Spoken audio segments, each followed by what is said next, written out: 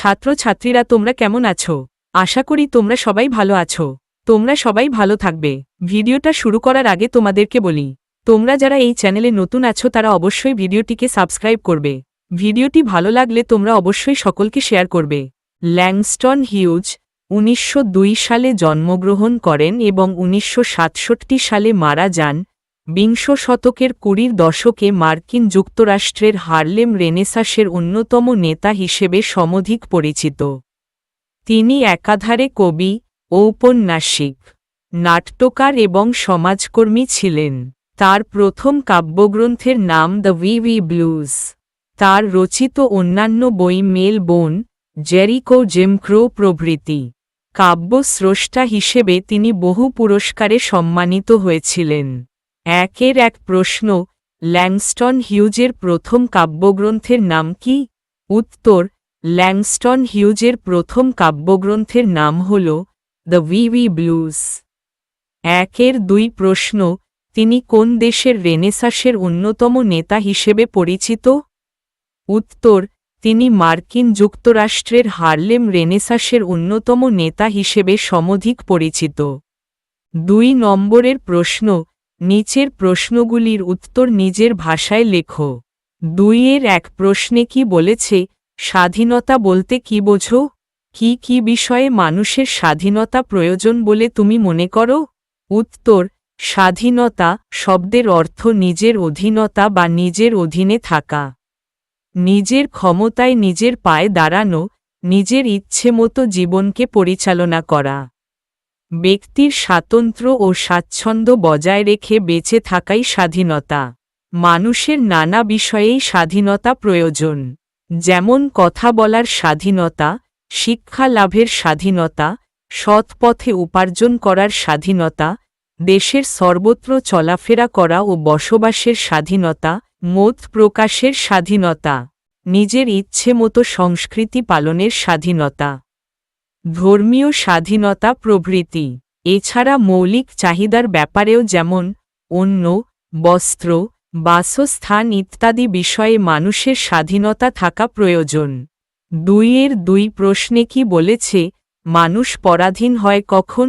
উত্তর, মানুষ যখন তার ইচ্ছামতো জীবনযাত্রা উপভোগ করতে পারে না, সে অন্য কোনো মানুষ বা রাষ্ট্রশক্তির অধীনতা স্বীকারে বাধ্য হয়। তাকে সেই রাষ্ট্রের বশ্যতা স্বীকার করতে হয়। চলার পথে প্রতি মুহূর্ত বাধা পায়, তখন আসে পরাধীনতা। শাসক শ্রেণীর অত্যাচার ও অন্যায়কে প্রতিরোধ না করে তাদের বশ্যতা স্বীকার করলে মানুষ পরাধীন হয়। এক কথায় সব ধরনের অধিকার বঞ্চিত মানুষ হল পরাধীন। তার নিজের ওপর তার কোনো অধিকার থাকে না। 2-এর 3 প্রশ্নে কি বলেছে, পরাধীন মানুষের স্বাধীনতা পাওয়ার পথগুলি কি কি? উত্তর, স্বাধীনতা হল মানুষের জন্মগত অধিকার। এই অধিকার কেউ হাতে তুলে দেয় না, তাকে ছিনিয়ে নিতে হয়। তাকে শিক্ষা, আত্মমর্যাদাবোধ, জগৎ ও জীবন সম্পর্কে সচেতনতা হতে হয়। বেঁচে থাকার অধিকার, সবকিছু পাওয়ার অধিকার সবার আছে। পরাধীন মানুষ চিরকাল পরের অধীন হয়ে থাকবে না। স্বাধীনতা ছিনিয়ে নেওয়ার জন্য পরাধীন মানুষকে ঐক্যবদ্ধ হয়ে সংগ্রাম করতে হবে। ঐক্যবদ্ধ সংগ্রামই হল স্বাধীনতা লাভের একমাত্র পন্থা। তবে এই সংগ্রামের অনেক রকম ফের রয়েছে, যেমন অহিংস আন্দোলন, সশস্ত্র বিপ্লব, সন্ত্রাসবাদী আন্দোলন এবং গণ অভ্যুত্থান বা বিদ্রোহ। 2-এর 4 প্রশ্নে কি বলেছে, স্বাধীনতা কবিতাটির মধ্যে 2টি পক্ষ আছে, আমি পক্ষ আর তুমি পক্ষ। এই আমি পক্ষ আর তুমি পক্ষ এর স্বরূপ বিশ্লেষণ করো। এই ক্ষেত্রে সে পক্ষ নেই কেন?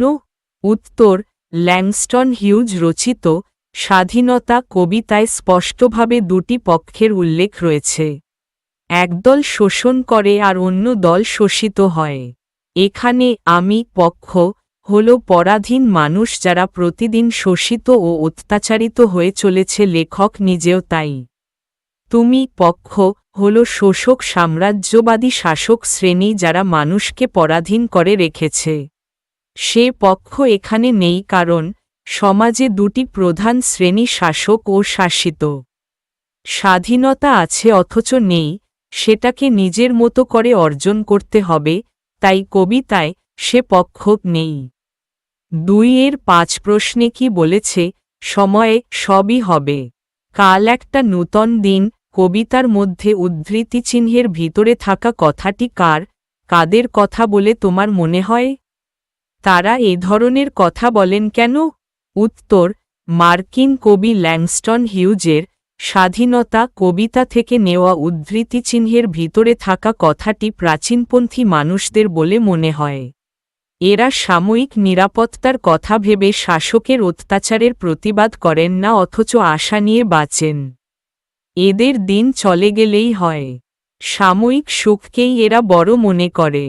তারা অসম সংগ্রামে যেতে চান না, ক্ষমতা ধরে আঁকড়ে বাঁচতে চায়। তাই এই ধরনের কথা তারা বলে থাকে। অবস্থার পরিবর্তন ঘটিয়ে দৃঢ়ভাবে নতুন সমাজ তৈরি করতে তারা ভয় পায়, অথচ বিশ্বাস করেন দিন একদিন বদলাবে। 2-6 প্রশ্নে কি বলেছে? আগামীকালের রুটি দিয়ে কি আজ বাঁচা যায়? এখানে আগামীকাল আর আজ বলতে কি বোঝানো হয়েছে? উত্তর, ল্যাংস্টন হিউজের স্বাধীনতা কবিতা থেকে নেওয়া উদ্ধৃত পংক্তির আগামীকাল ও আজ শব্দ দুটি গভীর তাৎপর্যবাহী। আগামীকালের অর্থ হল পরাধীন মানুষের কাঙ্ক্ষিত স্বাধীনতার স্বপ্ন মাত্র। কিন্তু স্বপ্ন নিয়ে কোনো জাতি বাঁচাতে পারে না। আগামীর স্বপ্ন মানুষকে উজ্জীবিত করে, তাকে বাঁচিয়ে রাখে। স্বাধীনতাকামী মানুষ আগামীকালের তত্ত্বকথায় আস্থা রাখতে পারে না। তারা বুঝতে পারে আজকের রক্তক্ষয়ী সংগ্রাম আগামীকালের সমৃদ্ধিকে প্রতিষ্ঠা দেবে। আজ শব্দটির মাধ্যমে কবি বর্তমান সমাজের সমস্যা জর্জরিত পরাধীন মানুষ ও তাদের চরম দৈন্যদশাকে ব্যক্ত করেছেন। পরাধীনতার গ্লানি যে মানুষকে পীড়িত করছে, সে তৎক্ষণাৎ রেহাই পেতে চায়। যেখানে মানবিকতা লুণ্ঠিত, তাকে আজই মুক্ত করা প্রয়োজন। অকারণ সময় নষ্ট করা অনুচিত। পরাধীন মানুষ তাই স্তোকবাক্য বা আগামীর স্বপ্ন চায় না, তারা আজই এই অবৃথার থেকে মুক্তি চায়। 3 নম্বরের প্রশ্ন, নিম্নলিখিত পংক্তিগুলির তাৎপর্য বিশ্লেষণ করো। 3-1 প্রশ্ন, মৃত্যুর পরে তো আমার প্রয়োজন হবে না। উত্তর, উদ্ধৃতাংশটি ল্যাংস্টন হিউজের স্বাধীনতা নামক কবিতা থেকে নেওয়া হয়েছে। উদ্ধৃত পংক্তিতে স্বাধীনতা ও স্বাধীনতার আশ্বাস দানের মধ্যে পার্থক্য দেখানো হয়েছে। কবি বলতে চাইছেন পরাধীন মানুষকে তার জীবৎকালের মধ্যেই স্বাধীনতা দিতে হবে, কারণ স্বাধীনতা মানুষের জীবনকে পূর্ণরূপে বিকশিত হতে সাহায্য করে। মৃত্যুর পর স্বাধীনতা আর কোনো কাজে লাগে না, তাই কবি মৃত্যুর পরে স্বাধীনতার প্রয়োজন বোধ করেন না। 3-2 প্রশ্ন, স্বাধীনতা একটা শক্তিশালী বীজপ্রবাহ। উত্তর, উদ্ধৃতাংশটি ল্যাংস্টন হিউজের স্বাধীনতা কবিতা থেকে নেওয়া হয়েছে।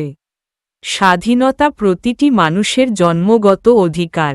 প্রকৃত স্বাধীনতা ছাড়া মানুষের ব্যক্তিত্ব ও জীবন বিকশিত হতে পারে না। স্বাধীনতা ছাড়া মনুষ্যত্ব তার পূর্ণ মর্যাদায় প্রতিষ্ঠিত হতে পারে না।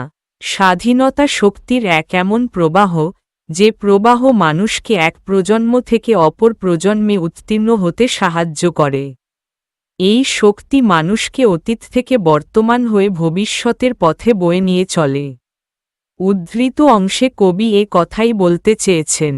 3-3 প্রশ্ন, আমাদেরও তো অন্য সকলের জমির মালিকানার। উত্তর, উদ্ধৃতাংশটি ল্যাংস্টন হিউজের লেখা স্বাধীনতা কবিতা থেকে নেওয়া হয়েছে। স্বাধীনতা হল মানুষের আপন অধিকার। এটি বিভিন্ন প্রকৃতির হতে পারে, কিন্তু যদি স্বাধীনতা না থাকে তাহলে মানুষের মধ্যে জমে থাকা অধিকারবোধেরই মৃত্যু ঘটে যায়।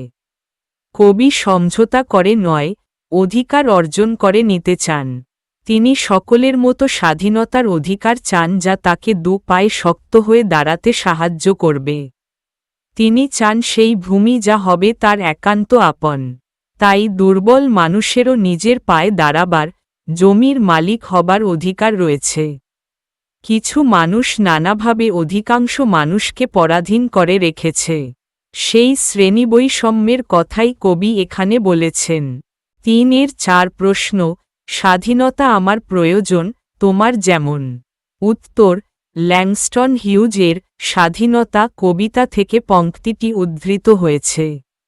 এই পংক্তির মধ্য দিয়ে কবি বলতে চেয়েছেন, পৃথিবীতে সকলেরই সমস্ত কিছুতে সমান অধিকার রয়েছে।